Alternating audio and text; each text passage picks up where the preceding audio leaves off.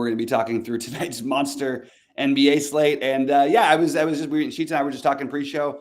I was a little frustrated because I had a nice lineup going. It was ready to make a lot of money at the end, and then the Bradley Beal injury took it out of it. And I did still make money on the night, and I still cashed deep in with that lineup. But I'm gonna actually pull them both up. How about that? I'll share my screen. Go ahead. Yeah, go ahead. And I'll pull both of our lineups. Yeah, I had a little different road to cashing. I was never in danger of cashing for big, but I got something.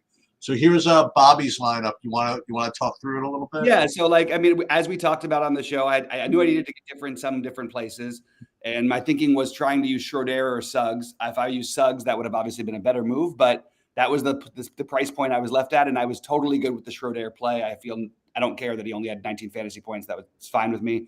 Everybody else obviously smashed, and then Bradley Beal got hurt in the 5th minute of the game. That's a little tilting because I would have probably finished second or third had I had Bradley Beal played. But you can do what you can do, and I felt good with the process. Felt good with the lineup. Just didn't quite get there. I did want to touch on the Jovic thing really quick, because one thing people don't like, Jovic was not really on the radar much of the day, but it was definitely always possible that he could start. And then once you see the starting lineup, which we actually had a company meeting during, I think you came just after this, we started talking about how we had to change it. I posted in the Discord that Jovic is starting. We should definitely get Jovic exposure. And people were still hesitant to play Jovic. He only ended up 27% owned, but just want to remind everybody these times a year and stuff, like just the starting lineups really do matter. And it's just something that you got to, you want to keep an eye out for. And that's why I encourage anyone who's a member, make sure you're in our Discord. We'll talk through what happens when those things come up. And hopefully, not that he's always going to put up, 41 fantasy points, but it was definitely a better play than should have been 27% owned. It probably should have been like 70% owned. So just wanted to throw that out there. Yeah. So interestingly, I kind of outthought myself for that, because I was around and I saw that Jovic was starting, and I presumed that he was going to be at least 40% owned. Okay. Mm-hmm. And then, but I said, you know what? It didn't really matter. I mean, he's 3K starting. I'm going to have to play him. So I didn't change anything in the lottery. So I ended up getting like 30-35% in the lottery or whatever. Mm-hmm. But I talked myself into the idea that in the 555, he would be like legitimately like 85% owned. Yeah. Which he probably, I don't want to say should have been, whatever, but he could have been, you know what I mean? Like if the news came out maybe a little bit earlier, like even 5 minutes earlier or something like that, I think it was possible that in the 555, he could have ended up 75% owned. So I faded him in the 555 on purpose. It turns out that, listen, if I knew he was going to be 27% owned, obviously would have played him. But, that was the gamble that I took. So I had a totally different idea. So I went. I want to just touch on that. I totally agree with you. I thought he was going to be 75 or 80% owned. Yeah. And I thought especially on FanDuel, because I played the big one on FanDuel, and I specifically went out of my way to play, what's his name, Jaquez over him. Just because I said, okay, here's a different route, and this is going to be the lower owned. Jaquez was only 5% owned, but we were on the same page with the thinking. You know what I mean? So what I did, as you can see in my lineup, I did exactly what I was supposed to do if I'm fading Jovic. Number one is to play Jaquez, right? And he was only 17%. And then I went back to the John Isaac, who all of a sudden wasn't going to have the kind of ownership, because all of that 3K power forward ownership was going to go to Jovic. So I was sort of right in that, his ownership got tamed a little bit, but he opted for 9 fantasy points instead of the 40.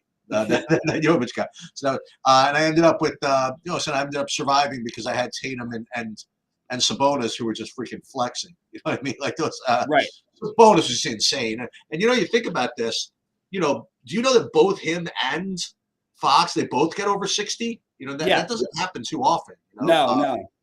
So that was that. Very happy to have cashed, and I guess we'll move on to today. So I just know my schedule for today. So I am out for live. It's Valentine's Day, and so that means I am out. But what I'm gonna do, I'm probably gonna play. I'm trying to pull a Bobby. It's a 1,400 game slate, and I'm gonna put in one lineup and see what happens. It's easier to put in one lineup than it is to put in 50 when you're, you know what I mean, on a slate like this, as far as I'm concerned. So Yeah. So let's see if we can't figure out what I'm supposed to play. And I'll tell you this: when I just ran these projections, there is just like value like every which way from Sunday. It's crazy. So you'll be able to play whatever studs you want, and you just have to figure out which is your favorite of all these cheapos. And I have 4 guys over 6x, 2 guys over 7x, whole bunch over 5x. So let's see if we can't attempt to prioritize some of this stuff. Right. Absolutely.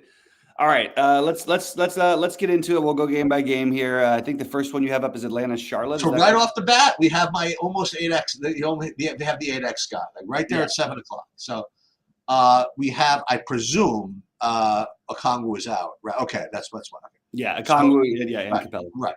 So because of all that, you're going to get Bruno Fernandes at 3,600. Going to be like infinite owned. Well, I shouldn't say that because there's a lot of options. Okay. But he's going to look like a really, really good play. And 7 o'clock, and in this particular situation, right? Because I'm going out. I mean that I'm putting that in. You know what I mean? I'm like I'll take that. You know, I don't need. I'll fade that just in case something good happened in the Cleveland Chicago game. You know what I mean? I'm not interested. You know, I'll probably just end up just plugging that bad boy in.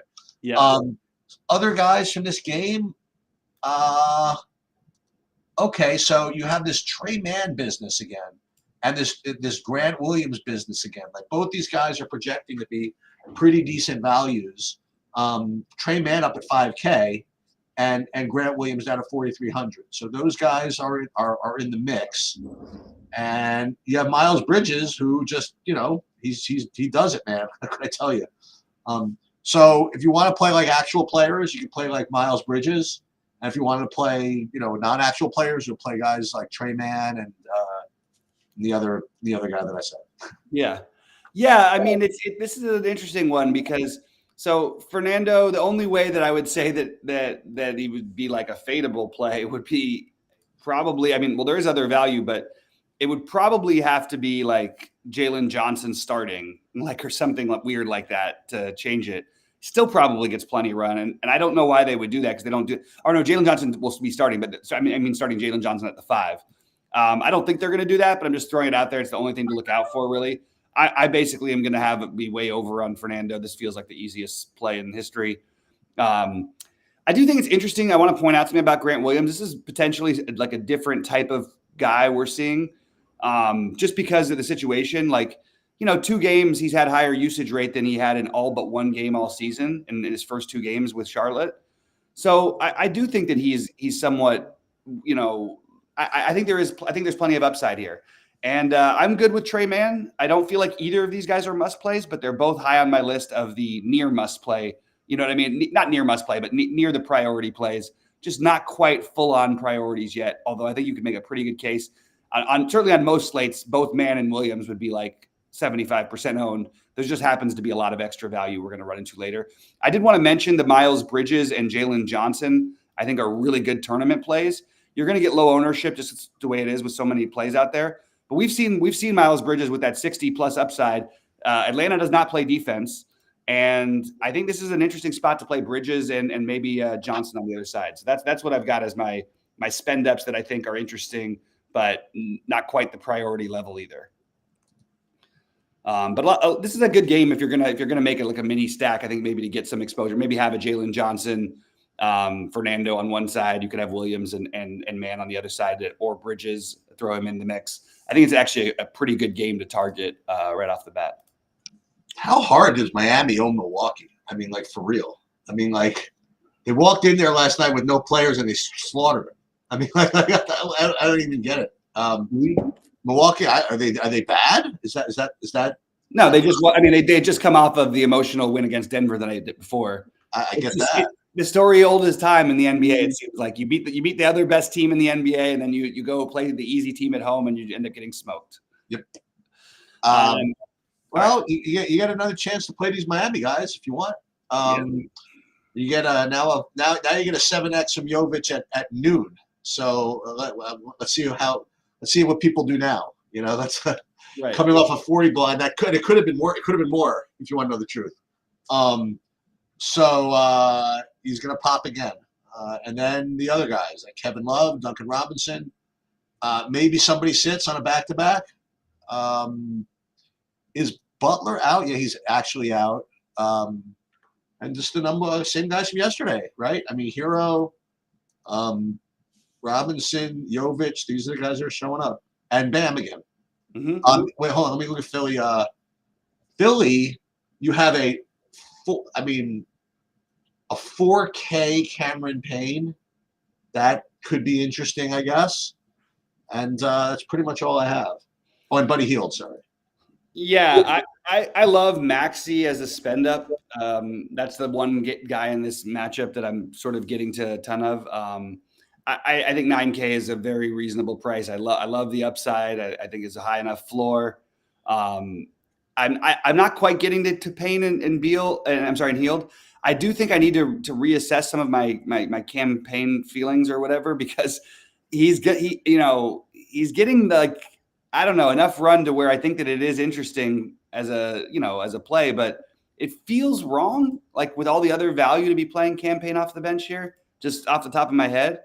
So I'm more on the Maxey side. I'm more on the the Maxey side of what I'm doing in this game, and that's my main piece on the Philly side. But I think you're just playing Jovic again. That's my personal take. I'm not gonna just fade the guy just for fun. I think this number might even be more closer to accurate, but 7.5x, 8x, whatever the hell it ends up being.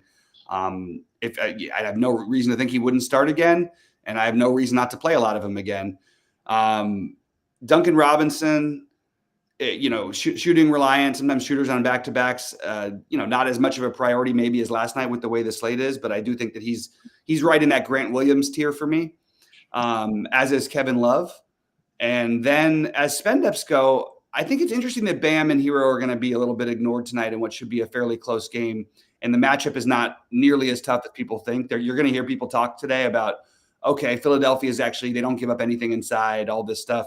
It doesn't matter. This is not Philadelphia with Joel Embiid. We can't really measure these teams, that way anymore. So I would go back to Bam and Hero, who struggled, or not struggled, but he didn't even play most of the fourth. I would go back to them. I think Bam would be my favorite if I had to pick one of them, but Maxey the only priority play for me, but certainly a lot of things to consider. I'm sorry, Maxey and Jovic the only priority plays for me, but a lot of other stuff from Miami, I think I might end up getting to by the end of the day. All right, moving on. Yeah, to say that Fernando will be chalky jelly tonight is sort of the understatement of the century. Yeah, he's gonna be 85% owned, possibly. All right, New York and Orlando. Is that what it is? Yeah, 1 second. New York is playing Orlando. Yep. Yeah. So the first thing that we have to keep an eye on is the free money. There's no line out yet, but on the rebounding odds, we're gonna play, if Josh Hart remains 8.5. We're gonna play the over again, as long as Randall is out and Anunoby is out. I mean, you show me where over 8.5 wasn't cashing, and I'll be more than happy to consider not doing it. But this is what it is. I mean, what can I tell you? Yeah. So I'm gonna keep an eye on that. Right now, there's no line on it, but I'm gonna do that. Aside from that, I don't know. I don't really have too much. I mean, you like anything from DFS here in this game? There's a chance someone from Orlando could sit, which might make your Cole Anthony. Okay. And by the way, I played some Cole Anthony last night. I actually thought that was a pretty good take by you to get to some exposure. Yeah, he didn't quite get enough. Yeah. It was fine. Whatever. I like the idea of Anthony or Suggs as usual. Just at these prices, they're just a little too cheap. Suggs had the nice night last night. Not quite full on priority mode, but guys I'm considering. Everybody else is I just have a bunch of okay plays, and I'm trying to make the slate smaller because there's just so much in here that I'm okay with sort of fading this as an early game with a low total, not being quite as high on it as the others maybe. All right, it's it's sort of weird. I mean, not weird. I mean, you put in Jovic, you put in Fernando, like for example, and now you're like 7,000 a man. I mean, you could spend, and we're gonna get to them. You know, we can Luka and Jokic and whatever it is. Yeah. So anyway, Brooklyn at Boston. I'm inclined to believe that this game, has a lot of blowout risk for openers. Yeah, back to back. But they both are back to no. Boston's back. Boston's back. No, they just. Oh no, they played last night. They did play last night. Yeah, they played each other last night in Brooklyn. They played last night in Brooklyn, and then now they're moving over to Boston. Yeah, okay, yeah. Okay. Okay. So I still think there can be blowout risk. Yeah, I agree. I'm not really getting to too much on a point per dollar perspective, but like you said, it's possible that some of these Boston guys, or at least one of them, sit. And listen, Tatum certainly looks fine. I mean, he always has a ceiling, as he showed last night. And I don't know if he's going to make one lineup. If I play one lineup, but he's certainly going to be part of a player pool if I was going to build. And that's pretty much all I would have from this game, honestly. Yeah, I just think there's other spots at attack, like, you know what I mean, before I go here. By the way, they gave a lot of the minutes to Schroeder last night. It's just he didn't produce as well as you'd hope. I think I'd probably just, with the way this slate is looking, probably this game ends up on the outside looking in. Horford is going. I'm just telling you, we've seen this every game from Boston. We know exactly what the rules are. Horford is going to sit now, and Porzingis you'd expect to play. I'd be very surprised if anything different happened. And it leaves me sort of in a little bit of no man's land. I have no issue if you wanted to play anybody from Boston, but I just am not getting there myself. All right. Next up, we have Indy Toronto. Yeah, Indy Toronto. We got, what's his name? Halliburton's questionable like every day now, I guess, but I don't know if that's like reality or not. I might again just maybe again, it's not going to make one lineup, but if I were playing a bunch, I would again speculate on TJ McConnell a little bit. Mm-hmm. Just too cheap for me. Even if he's getting 16, 17 minutes, he can get it. He can get it going. I know. The only problem is on slate like tonight, isn't it? It's just harder to do. I know. Yeah. That's what I'm saying. saying. I mean, you have Keontae George at the same price. You have all these other guys. Anyway, I don't know. Is it time to go back to playing Halliburton? Is he 34 minutes yet? I don't think so. He played 34 in the last game. I guess he's got to be considered. No, I mean, I don't know. I'll consider him actually. Yeah, I agree with the Halliburton consideration. It's probably worth noting this game has just an absolutely massive total. Toronto's just they just stop playing defense kind of. And yet I still can't quite get to anything from this game. If RJ Barrett is out, that's one thing. He's questionable. I think he's going to play, but if not, sure, you could talk Scotty Barnes quickly if he's out, and Bruce Brown. But I personally just sort of feel like passing on this game, which feels wrong outside of maybe that Halliburton idea, which I really don't have any issue with. Miles Turner also questionable. Keep an eye on that one. Should we mention that Pascal is going back to Toronto? We should. We probably should, huh? Yeah, I think we should at least consider it. So I don't know. Maybe we give a little bit of a boost. It's probably going to be the opposite kind of a situation because they're probably very appreciative of Pascal, and it's not like really revenge. It's like, I don't know. It's more like a friendly thing. But I could see him trying to have a game against his old team. So throw Siakam and Halliburton as my two favorite possibilities, but probably not going to end up getting to it by the end of the day. Chicago, Cleveland. Yep. I have 0. Yep. You have anything? I mean, I'm interested about this Andre Drummond thing that they're doing. It's just bizarre that he's.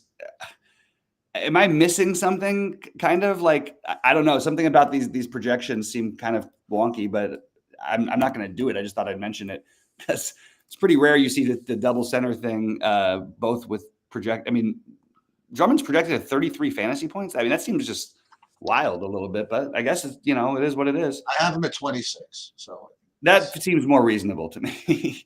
33 seems a little bit aggressive. I have him at 26 in 19 minutes, which is pretty generous. I mean, it's a generous fantasy projection.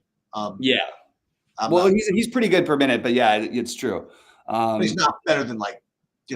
I mean, what? No, right. You know what's funny though is that I was looking at the two guys. Kevin Love averages more fantasy points per minute than Dame Lillard does. Just like funny. I know he plays a lot less minutes, but it's just kind of funny. Yeah. All right. I think that game probably ends up off the list for me. Do you have which one do you have next of the? I have Houston, Memphis. Okay. And I guess, as usual, you have to watch this Memphis news. It always kind of sneaks around, with who's in, who's out, who's whatever. The last time they played, Pippen got all kinds of ownership, but and I didn't have him, and he was doing really, really well. And thankfully, well, not thankfully, fortunately for my lineup, I guess, he got injured, and he had to leave the game. So he's out.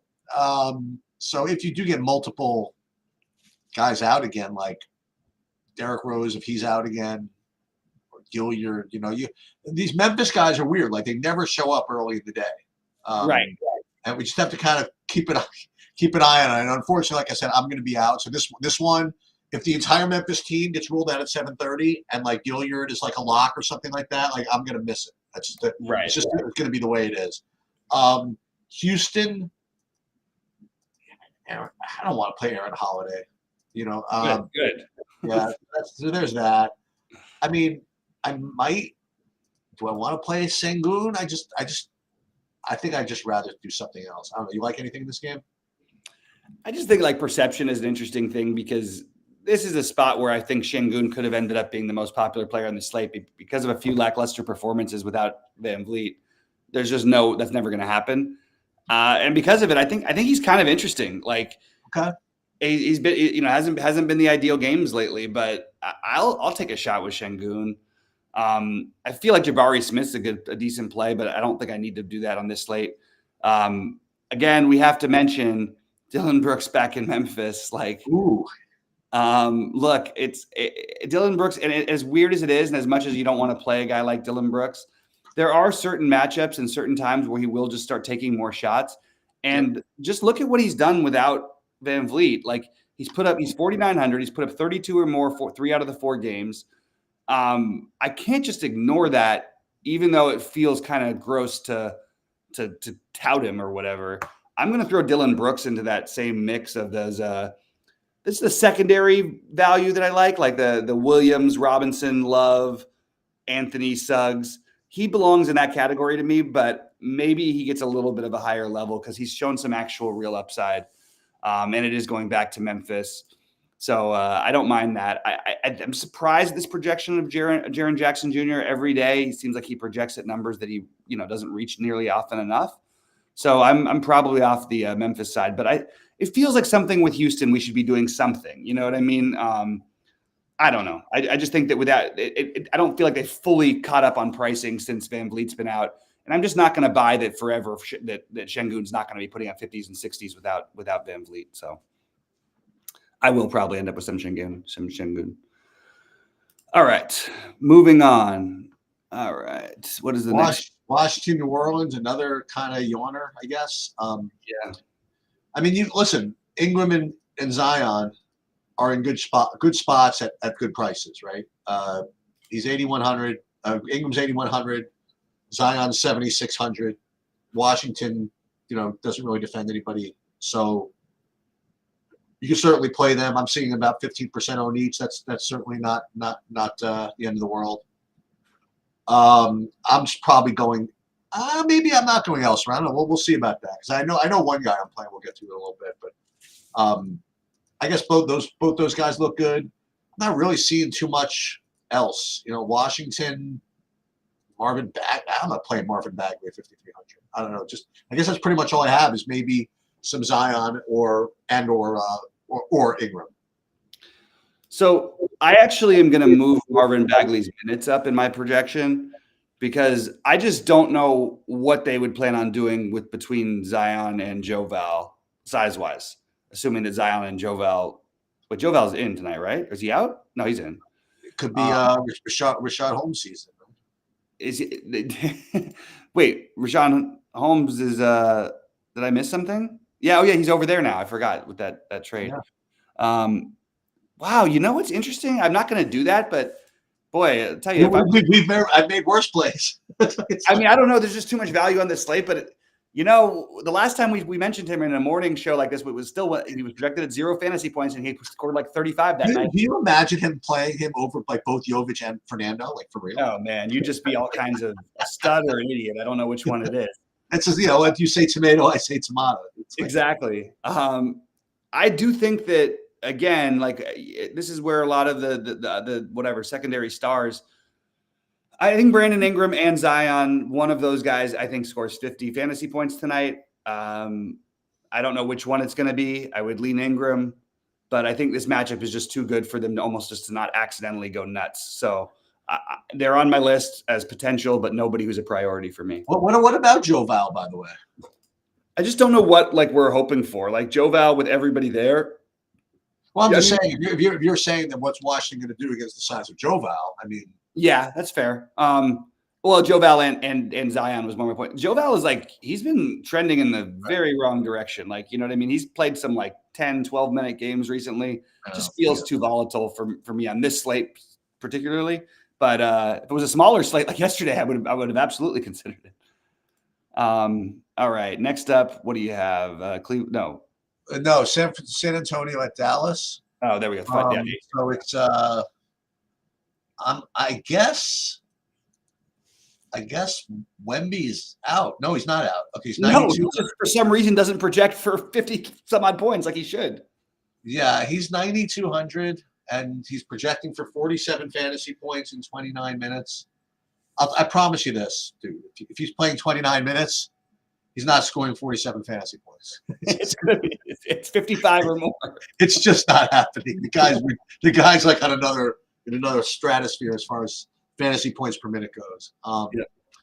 So, and the other thing is that it's kind of self-correlating. Like for him to get those, that's not even like he's getting his minutes regardless now. You know what I mean? Like they left him in a 35-point game, right? So that he can get his 28 minutes or whatever the hell he got. So you're getting 28 minutes out of him, and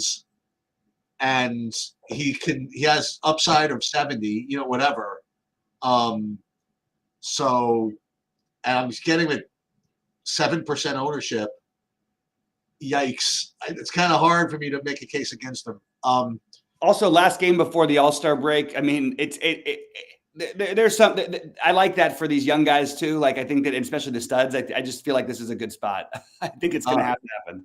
On the other side, you have a couple of studs that they're viable here between Jokic and Luka and Davis, and you actually have, I guess, because you're saving 1,000, you're getting more ownership on Jokic. Luka, listen, he always has 100-point upside, whatever. You have, you always have blowout risk when you're playing San Antonio, but I mean, you could play on this slate. You could play Luka and Wemby if you want, and make that work. Mm-hmm. Maybe listen, this would be good for the NBA. To get a good freaking shootout between these two guys. So I don't know. Maybe that's the plan. It isn't because I have something else I'm doing, but I think you could certainly make a case for that. Oh, you already know what I haven't figured out what I'm doing yet. I'm still in that process. Yeah, I don't know what, like, this is not. It's a great matchup, obviously, for Luka. I don't know if I'm going to do it. I definitely, he's high on my list. Like, it's easy to get to him, but it is the last game before the break. Maybe they just let him go out there and do the 38-minute thing again. Okay, I think I'm going to maybe have to put a little more love on Luka, but I definitely love Wemby, and why not play Wemby and Luka? But I know you've got a different thing because we're about to reach a lot more value in a minute. We are. So let's go ahead to the Lakers, Utah.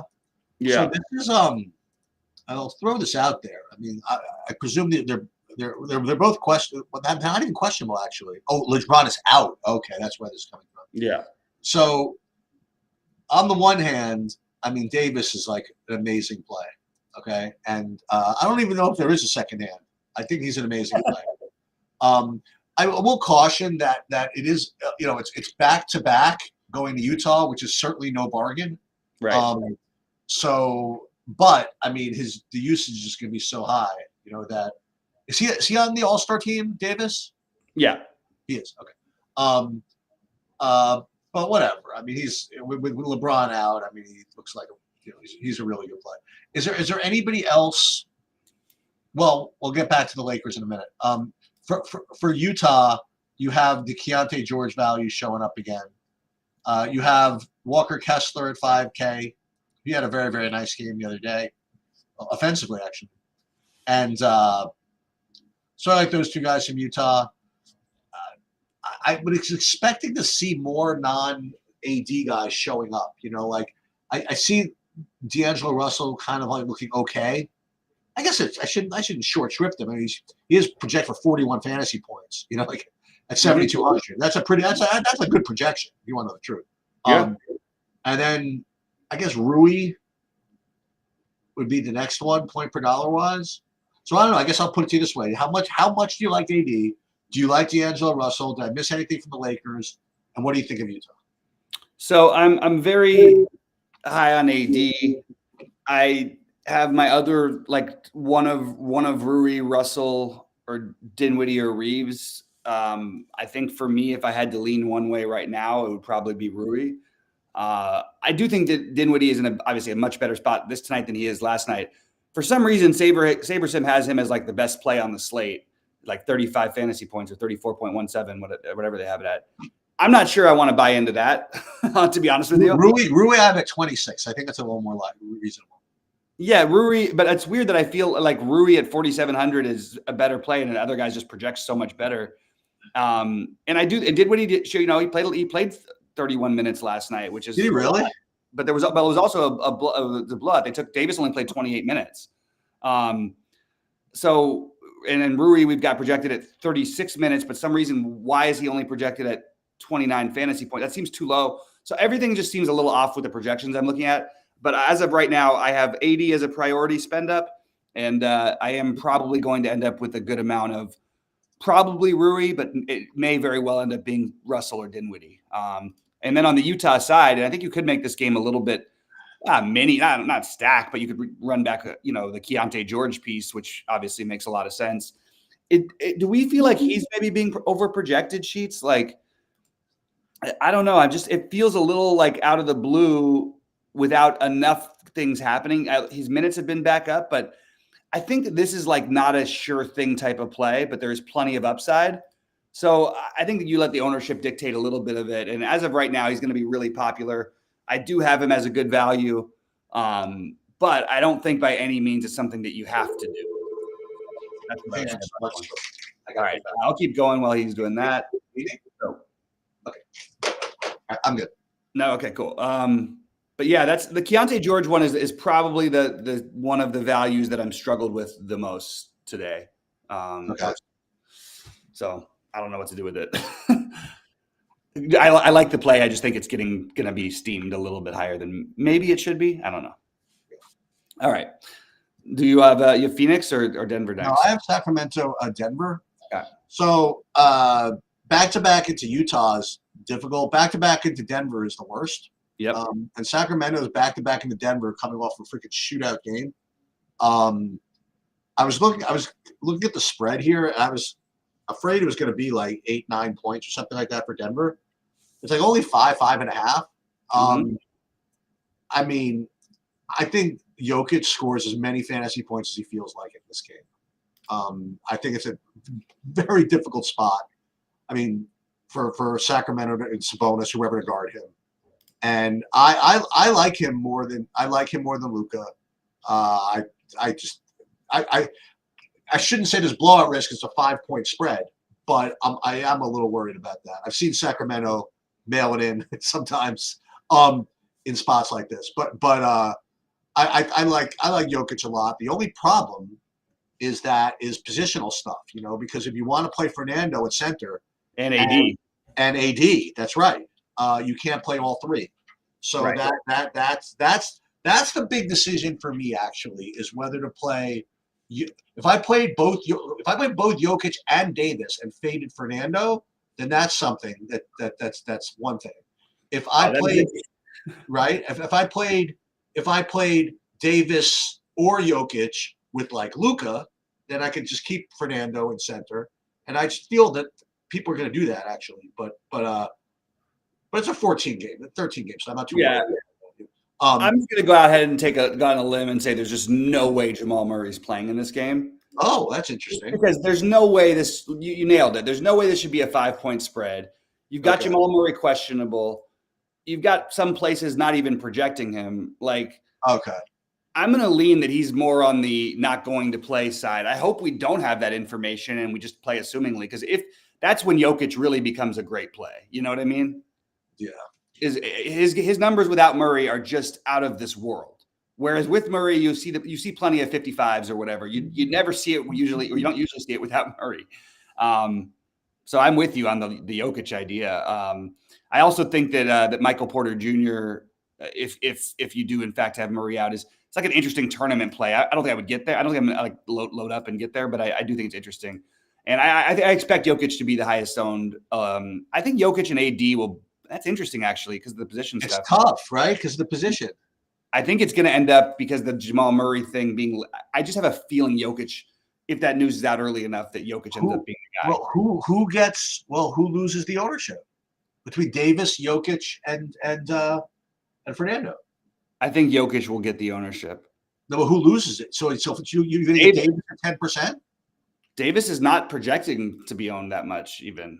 Probably that makes sense if Jokic is going to be 30 and Fernando is going to be 50. Exactly. Fernando's going to be a lot more than 50. We know that. But yeah, that is the issue. I don't know. And I might do this. I might go Jokic Davis, and just hope Fernando let Fernando let him get his 30 or whatever, and hope it's not bad enough to beat me. Maybe I'll try it. Yeah. The more logical thing is to probably play Luka, honestly. Yep. Or go mid range. But what kind of mid range do we even talk about so far that looked great? You want to play Maxey? Well, I love Maxey. I already have him as a priority. Yeah, and according, hey, M. Bellman, hey, good to see you in here, buddy. I'm going to give you a call in just a little bit. But yeah, he's saying, the Malone officially said that Murray is doubtful. Which is why the thing is, I missed that news. As always happens, I'm a little late to the morning news on the West Coast. It happens to me sometimes. All right, so I guess the priorities for me on this slate, like wait, you're missing Phoenix. Oh, we missed Phoenix. Go ahead, let's go to Phoenix. sorry, go ahead, Chase. Well, poor old Royce O'Neal is going to be very upset. No, I know he's one of the guys I was going to mention too, because that's going to be other kind of fishy chalk that people might want to play. What happened when Cade Cunningham is ruled out today too? Who is? Cade Cunningham. I just am guessing he's going to be. I'm just so happy that I'm going out tonight and I'm not going to play my 50 lineups, because I would definitely make all kinds of errors. And it's definitely a terrible Valentine's Day slate, because if you do opt to play this slate, there's going to be news coming out literally all night. So make sure that make sure your Valentine's Day has been well covered. Let's put it that way, because you'll end up with a very, very upset spouse. Yep. Gary Harris is out. So yep. So in the Phoenix, so Royce O'Neal at 3,800. It's just going to be a play, I think, but I don't think I'm going to need to play him, if that makes any sense at all. As far as anything spending up wise, I'm not playing any of that. Honestly. Yeah. I will consider Asar Thompson and Jaden Ivey if Cunningham is out.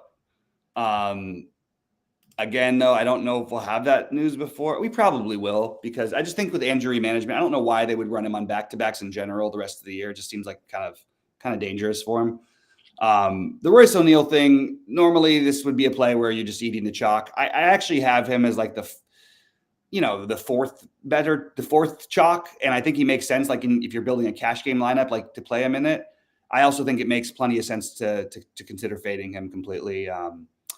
And as of right now, because I like Fernando, and I'll just go through my priorities. I like Fernando and Jovic the best right now, assuming of course that Jovic starts again. I think O'Neal and George are both I think there's bus paths there. I also think that there's 9x is like a very reasonable number for them to get. The other guys who I have as like people are maybe overlooking, but also like priorities, like I think both Hero and Bam on the second end of this back-to-back, especially Bam, I like a lot. I love Maxey. I'm more interested in Houston, especially Şengün. Honestly, I know that it feels gross with Dylan Brooks, especially on a big slate, but I'm just saying he's been shooting the ball a ton and he's putting up 30 plus. He's 6.5xing, 7xing, whatever his price tag is. And I don't know why we would just ignore it.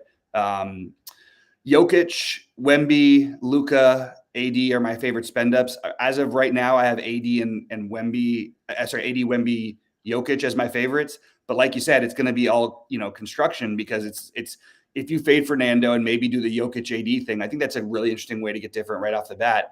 The thing that scares me is that I think Fernando feels like, to me, the safest of the chalk by a lot. So that's the only issue. But you again, if Jovic, Keontae George, and Royce O'Neal all get there, and you play Anthony Davis and Jokic at center, like I think that's totally reasonable. Either way, I think no matter what you're doing today, I really do think you're going to end up with in your center spot. At least for me, it's almost all going to be. A utility. My utility spot will almost all be centers today. Well, so the question is pretty much being answered. Like if everything stays like this, I ran an initial Saber sim build before even applying contest sims, and as we suspected, Anthony Davis gets left out. You're getting literally 100% Jokic, right? 100% Fernando, and like 95% Jovic. Like that's the three that just gets thrown in there, and Anthony Davis just gets left left out. Now, just to again see the delta between what you would get with your regular Saber sim builds and your contest sim builds, I put up the your typical MME thing, and I ran the quick contest sim, and I don't think you're going to get too much different. As I mentioned, like the NBA is like so chalky anyway. Right. So you do get a little less. So because of ownership, you get only 83% Fernando, and then you get still 100% Jokic and 90% Jovic. So at current projections, like this is going to be the construction, and it's going to be up to you to figure out if you're worth deviating from it. You could again, these are like little tricks you could do. I mean, you could screw around. I mean, put min uniques 2, min uniques 3, and kind of diversify a little bit. And then what you end up getting is maybe a little less, like only 94% Jokic and 92% Fernando and 82%. And combinatorially, they're all like in the same lineup, like so often. So you're gonna listen. You're gonna have to. These are decisions I struggle with all the time about how much to override the sims, how much to override your projections, how much to override whatever. And I'm happy I'm not MMEing tonight, because this is what I would end up getting. I mean, I really would. And and when I say why am I not happy about that? I don't know. Maybe it is good to just play this way. But I don't know. I always like when I have a little bit of difference. And we'll see. I am not going to be around at 6. So fortunately, I mean, it's all you, buddy. Good luck to you navigating this. I'm going to put in my one lineup and go out and enjoy. I'll be live from 6 to 6:30, and I will go through everything that I'm doing. And please get the questions in early, because after that, I am going to have to edit some lineups. And there's so many games going. It's the last real slate of the NBA before the All-Star break. So I'm going to fire a little bit at it. After your call, if you want to do a golf, no. I think I was actually going to say we could do the golf, and then I'll do that. That's what I thought. Do you want to do golf? No, I'm ready to do it. I mean, you great. Let's do it right after this. Okay. Yeah. All right. Good luck to everybody. I'll see you live at 6 Eastern, and only a couple more days of NBA before we get a little break. So even though I already took a little break, but so Sheets only has one more day to win 100,000, and he'll do it while he's on his Valentine's Day dinner. So good luck, everybody. Right. We'll see you.